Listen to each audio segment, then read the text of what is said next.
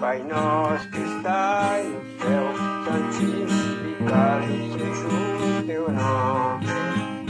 Venha o teu reino, seja feita a tua vontade, assim na terra como no céu. Dê o pão de cada dia, perdoe as nossas dívidas como nós perdoamos nossos devedores. Não nos induz a tentações, mas livra-nos do mal.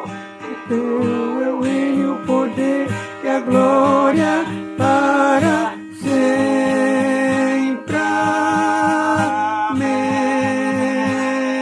Amém. O Senhor é o sal da terra, que é de nos salgar.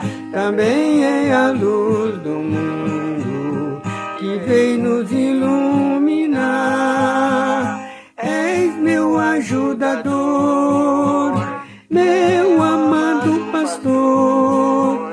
O Senhor é o meu pastor, em quem eu posso confiar. O Senhor é a luz da vida, vem nos iluminar.